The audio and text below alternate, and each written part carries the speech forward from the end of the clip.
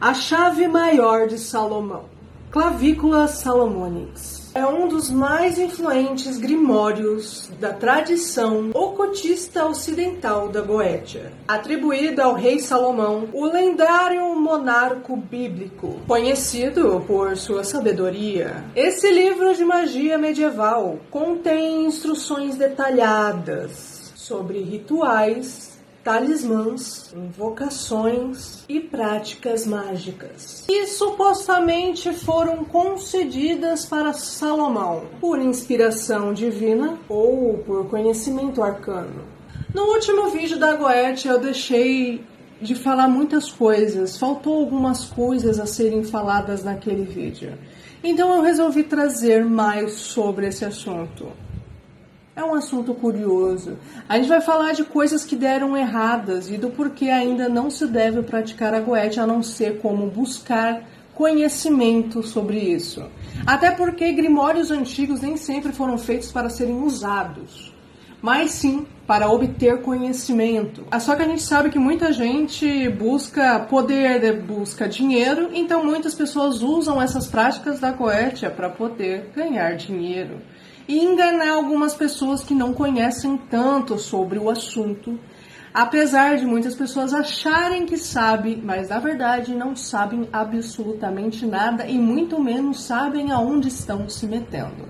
Então a gente vai falar hoje sobre um pouco sobre tudo isso. A história da chave de Salomão. A lenda diz que Salomão recebeu de Deus um anel mágico, conhecido como o Anel de Salomão, que lhe concedia poder sobre os demônios, espíritos.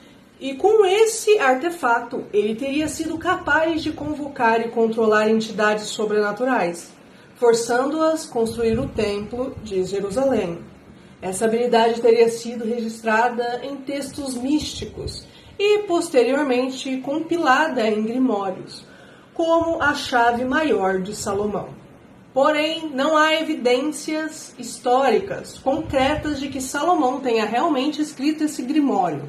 A versão mais antiga, conhecida, data da Idade Média e tem influência da tradição cabalística e do misticismo cristão. O livro ensina como consagrar ferramentas mágicas, criar círculos de proteção e invocar entidades para diversos propósitos, como amor, fortuna e proteção. O lado sombrio da Goétia. Dentro do universo salomônico, há uma ramificação mais obscura, a chave menor de Salomão, especificamente a parte chamada Lemegeton Goétia. Esse livro detalha a invocação de 72 demônios que, segundo a lenda, Salomão aprisionou em um vaso de bronze. Cada entidade tem uma habilidade específica, desde conceder conhecimento oculto até causar destruição. A prática da Goétia tem sido alvo de controvérsias ao longo dos séculos. Eis alguns motivos pelas quais não se recomenda a prática, exceto para estudos teóricos. 1. Falta de controle total. Diferente da magia branca ou da alta magia que busca elevação espiritual, a Goétia envolve manipulação de espíritos que não necessariamente obedecem cegamente ao mago. Se o ritual for feito de forma errada, a entidade pode se voltar contra o invocador. 2. Desequilíbrio mental e espiritual. Muitas pessoas que tentam a invocação sem preparo adequado relatam experiências traumáticas, pesadelos recorrentes, paranoia e sensação de perseguição. Isso pode ser explicado pelo efeito psicológico de lidar com forças desconhecidas ou pela própria natureza dessas entidades. Interferência no destino diferente, da oração ou da manifestação, da vontade através da magia positiva. A Goétia tende a forçar eventos por meio de seres que, segundo relatos ocultistas, sempre cobram um preço. Isso pode desalinhar a energia da pessoa, levando a consequências inesperadas. 4. Portas abertas para influências negativas. Alguns magos experientes relatam que ao abrir um canal de comunicação com os seres da Goétia, esse portal pode permanecer ativo, permitindo influências nocivas na vida do praticante. A chave maior de Salomão tem um valor enorme para quem pratica e estuda as tradições esotéricas. pois reflete a interseção entre a magia judaica cristã e o ocultismo renascentista. No entanto, sua versão mais sombria, a Goetia, é um campo perigoso para curiosos e inexperientes. Seu uso ele deve ser muito restrito ao estudo intelectual e à compreensão do simbolismo, e não a práticas diretas. Ao menor que o indivíduo esteja preparado para lidar com consequências de forças inexplicáveis e imprevisíveis também, se o conhecimento for buscado com respeito e prudência, pode-se aprender muito sem precisar arriscar a sua sanidade ou a sua própria realidade. Mas as histórias da Goetia não terminam só aqui. Existem diversos relatos de pessoas que tentaram praticar a Goetia sem o devido preparo e enfrentaram consequências assustadoras. Muitos desses relatos vêm de ocultistas, fóruns esotéricos e até mesmo de estudiosos da magia cerimonial. E eu vou dar aqui para vocês alguns exemplos desses relatos, para vocês entenderem mais sobre. O jovem que invocou sem os círculos de proteção. Um dos casos mais conhecidos entre os ocultistas foi o de um jovem estudante de magia cerimonial que tentou invocar um espírito goético sem seguir todas as precauções descritas no Lemegeton. Ele desenhou os selos, acendeu as velas e pronunciou a conjuração, mas não criou um círculo de proteção ao seu redor. O relato dele, adaptado de fóruns esotéricos, foi: No início, parecia que nada havia acontecido, mas naquela mesma noite comecei a sentir uma presença no meu quarto. As luzes piscavam sozinhas e eu sentia um peso no peito. Toda vez que tentava dormir, as coisas pioravam.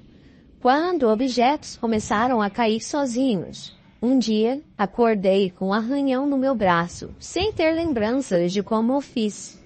Foi só depois de pedir ajuda a um mago experiente que consegui fazer um ritual de banimento para encerrar a conexão com aquela entidade. O erro cometido nesse caso, falta de proteção. A Goetia trabalha com entidades que precisam de um certo protocolo, e não um qualquer protocolo, mas um protocolo rigoroso, para serem controladas. O segundo relato é um ritual feito por brincadeira, que saiu do controle. Outro relato clássico vem de um grupo de amigos que, sem conhecerem realmente o funcionamento da Goetia, tentaram invocar um espírito apenas por curiosidade, tratando a invocação como uma espécie de desafio. Eles seguiram algumas instruções do livro, mas riram e zombaram do processo enquanto realizavam o ritual. Após a sensação, começaram a relatar eventos estranhos. Um dos participantes começou a ouvir sussurros à noite. Outro sonhava repetidamente com uma figura sombria que o observava. O terceiro, que havia sido mais cético, passou a sentir uma depressão profunda e uma sensação constante de estar sendo observado. Depois de alguns meses, o grupo procurou um ocultista mais experiente que realizou um ritual de purificação e fechamento de portais. Após isso, o fenômeno cessaram. Erros cometidos, falta de respeito pelo ritual e pela energia envolvida. A invocação de entidades da Goetia não devem ser feitas nunca com brincadeiras e nem zombarias, porque mesmo que a invocação física não ocorra fisicamente, você não a veja e pense que nada aconteceu, a presença da entidade pode afetar a psique dos envolvidos. O terceiro caso, o estudante de ocultismo que tentou pular etapas. Um estudante de magia cerimonial queria invocar o demônio Andras, conhecido por ser uma entidade agressiva e perigosa. No entanto, ao invés de passar anos estudando e praticando técnicas basicamente de proteção e banimento, ele decidiu ir direto para a invocação. Após o ritual, ele relatou um aumento significativo em pensamentos violentos e autodestrutivos. Seu comportamento mudou drasticamente e ele começou a se afastar de amigos e de familiares. Em um momento de desespero, ele destruiu os selos e queimou o seu grimório. mas os efeitos psicológicos ainda demoraram meses para desaparecer. O erro cometido, falta de preparo. Às vezes as pessoas pensam que sabem que já estão preparados, pensam que não, eu já sei tudo, eu posso praticar, mas é aí que ela se engana. Essas coisas requerem muito estudo e muito aprendizado para serem praticadas, porque não é qualquer pessoa que pode fazer. E quem acha que é o bambambam, o bonzão, é aí que mora o perigo e tem que tomar muito cuidado. Escolha errada da entidade. Alguns espíritos da Goetia são extremamente instáveis e não devem ser invocados sem um domínio completo da alta magia. Os Grimórios da Goetia não são apenas um livro de fórmulas mágicas. Eles trabalham com energias e inteligência espiritual, que, segundo a tradição ocultista, têm consequências próprias e exigem respeito. Os relatos mostram que invocações sem preparo podem levar a experiências paranormais, não só paranormais, mas como perturbadoras e assustadoras, e até mesmo perigosos para um invocador. O desequilíbrio emocional, até impactos físicos. Se alguém deseja estudar esse campo, é essencial começar pelo estudo teórico e nunca pular etapas. A magia cerimonial não é um jogo. Quem entra desesperado pode acabar enfrentando consequências inesperadas. Então tome muito cuidado. Bem, eu acho que você só deve aprender para conhecimento e não para prática. Até porque mesmo com todos os cuidados, você ainda corre riscos. Porque mesmo você utilizando os sigilos, os círculos de proteção corretamente, a prática da Goetia pode dar errado. Porque envolve invocações de entidades. Não qualquer entidades, gente. Não são apenas espíritos sendo invocados. Espírito de pessoas que já morreram, que você está invocando. Essas entidades, elas possuem uma consciência própria e intenções que nem sempre são alinhadas com quem invoca. Os sigilos não são apenas uns símbolos bonitos, eles são chaves de acesso a forças espirituais reais, e cada entidade tem a sua natureza e agenda. Então agora a gente vai falar sobre isso com vocês. Eu vou me aprofundar um pouco mais nesses assuntos, porque é um assunto interessante. É que nem eu te disse, você deve buscar mais para conhecimento e não para práticas. Por que usar sigilos podem ser perigosos? 1. A falta de controle total sobre a entidade. Diferente do que muitos pensam, os demônios da Goetia não são simplesmente servos, obedientes. Eles podem responder ao chamado, mas não há garantia de que farão exatamente o que o invocador deseja. Algumas entidades podem interpretar pedidos de maneira distorcida, entregando resultados inesperados ou prejudiciais. 2. Ligação indesejada. A obsessão ou parasitismo espiritual. Ao usar um sigilo, você está basicamente chamando a atenção de um espírito. Mesmo que o ritual seja feito corretamente, a entidade pode permanecer na sua vida mais tempo do que o desejado. Alguns relatos indicam que certas entidades se apegam ao invocador, influenciando seus pensamentos e emoções, criando dependência ou até causando sintomas físicos, como fadiga extrema. 3. É a mudança sutil na personalidade e no ambiente. Muitas pessoas que usam sigilos para invocar entidades goéticas relatam mudanças estranhas ao seu redor. Problemas de comunicação com amigos e familiares, sensação de estar sendo observado constantemente, sonhos perturbadores e insônia. Algumas entidades trabalham através do psicológico, implantando ideias na mente do invocador, o que pode levar a pensamentos obsessivos ou decisões impulsivas. 4. Ativação involuntária de energias. Algumas pessoas desenham sigilos goéticos, pois por curiosidade, sem intenção de ativá-los, mas acabam desencadeando efeitos inesperados. Isso acontece porque o sigilo são ferramentas simbólicas, poderosas que podem agir subconscientemente ao ressoar com forças externas. Até mesmo Ter um sigilo em um ambiente pode gerar mudanças energéticas, tornando o local carregado ou desconfortável. Exatamente, você tem que tomar muito cuidado. Os sigilos não são feitos para você usar como enfeite ou como decoração. Não são feitos para serem usados dessa forma. Pois o ambiente, como eu te disse, a Goetia trabalha com energia de entidades.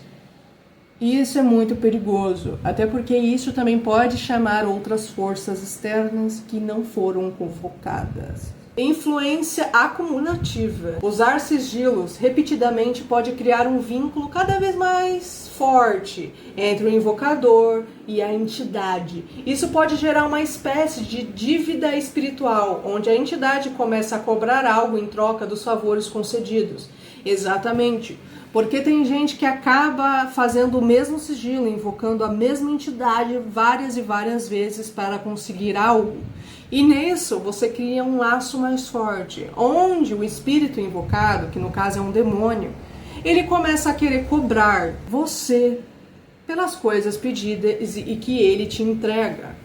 Por isso que eu falo também, essas coisas a longo prazo é prejudicial. No momento você pode achar que você não está sendo cobrado de nada, mas uma hora isso vai acontecer. Eu sei que tem muita gente que comenta nesses vídeos da Goetia que quando a pessoa não vai com mesmos pensamentos ou pela mesma lógica que essas pessoas acreditam, e elas falam, não, mas você não entende de nada. Eu entendo muita coisa, gente. E vocês nem imaginam o quanto eu entendo sobre. Bem, eu não tô aqui para falar de mim, né?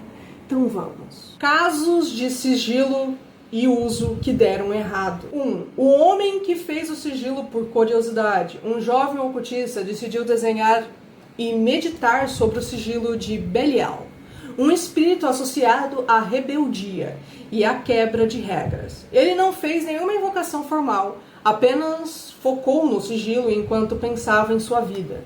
Nos meses seguintes, ele começou a agir de forma impulsiva, sabotando o seu próprio trabalho e se afastando dos amigos. Eventualmente, ele percebeu que seu comportamento havia mudado drasticamente e buscou ajuda para reequilibrar a sua energia. Exatamente, tem gente que às vezes invoca alguns tipos de espírito que não são completamente controláveis e eles têm atitudes impulsivas e muitas vezes imprevisíveis, que acaba mudando muito a personalidade da pessoa que estava ali com aquele sigilo e acaba mudando a pessoa de uma forma que nem parece mais ela. Só que às vezes a pessoa não consegue perceber que isso está acontecendo e demora mais tempo, e isso pode ser agravado. 2. O sigilo que causou pesadelos e atividades paranormais. Um grupo de amigos imprimiu vários sigilos goéticos e os colocou na parede de um quarto como decoração. Em pouco tempo, começaram a relatar objetos caindo sozinhos, sensações de presenças e pesadelos recorrentes. O grupo removeu os sigilos e fez um ritual de limpeza. E os eventos estranhos cessaram. Como eu disse, sigilos não são feitos para decoração. Não são feitos para você se pendurar numa parede ou colocar como enfeite. Sigilos são coisas sérias, são coisas para serem levadas sérios. É que nem quando uma pessoa ela entra na Umbanda e passa pouco tempo lá e já acha que ela já teve a evolução espiritual. E não é assim. Isso leva tempo, leva meses, leva até mesmo anos para você alcançar determinado tipo de coisa. Não é tão fácil. A pessoa que fala isso, ela completamente não sabe o que está falando e muito menos teve uma evolução espiritual. Porque em todos os campos de magia, de todos os campos de entidades, você leva anos de aprendizado para aprender e para absorver. Não é só você, eu vi um vídeo aqui, um vídeo ali, uma pessoa explicou aqui e eu já sei tudo sobre. Não é assim que funcionam as coisas, gente. Às vezes nem mesmo as pessoas que fazem vídeo sobre isso entendem do que elas estão falando, até porque muitas das práticas ensinadas, tanto aqui dentro do YouTube, porque eu já vi vários vídeos, tem gente que ensina de maneiras errôneas, de maneiras que vai fazer você que está querendo praticar isso errar. e de forma drástica. Mesmo que você siga os passos corretamente, trabalhar com os sigilos da Goetia não é como ativar um feitiço genérico. Você está chamando entidade, você está invocando entidades que podem interagir com a sua vida de formas imprevisíveis. Se o propósito é apenas conhecimento, é melhor estudar sem ativar sigilos. Se houver uma curiosidade para a prática, é fundamental que você aprenda formas de banimento e proteção primeiro. Invocar entidades por motivos egoístas, tipo fama, dinheiro ou vingança, aumentam as chances de consequências indesejadas. A Goetia não é um caminho de brincadeira. Muitos ocultistas experientes evitam trabalhar diretamente com essas entidades, justamente pelos riscos envolvidos nessas práticas e o perigo que pode ser ocasionado caso algo dê errado. Porque às vezes quando você tem muita confiança em algo, alguma coisa acaba dando errado. E nisso você tem que tomar muito cuidado. Até mesmo porque tem pessoas que usam isso por vingança, para fazer ataques espirituais às outras pessoas, e elas não sabem que essas coisas têm consequências. Todas as áreas de magia têm consequência quando são praticadas de maneira egoísta. E mesmo que você ache que você tenha a melhor das intenções, você às vezes pode estar cometendo algum erro. Então você tem que tomar muito cuidado. E esse vídeo é mais sobre um alerta para você que quer praticar ou pensa em estudar esse tipo de assunto. Porque você tem que tomar muito cuidado com o que você faz ou vai deixar de fazer. As consequências são suas, as decisões são suas. Não sou eu que digo o que você deve ou não fazer. Isso aqui é só um vídeo mais explicando sobre esses assuntos. Eu espero que você tenha gostado do vídeo. E que você se inscreva aqui no canal, ajude, comenta aqui nos comentários o que você achou do vídeo. E logo vai estar vindo outro vídeo sobre ETs e extraterrestres, porque umas pessoas comentaram no último vídeo umas coisas bem interessantes, teve até um relato de uma pessoa que eu achei super interessantíssimo, vou estar vindo trazer também. Então, eu espero vocês nos próximos vídeos e até lá!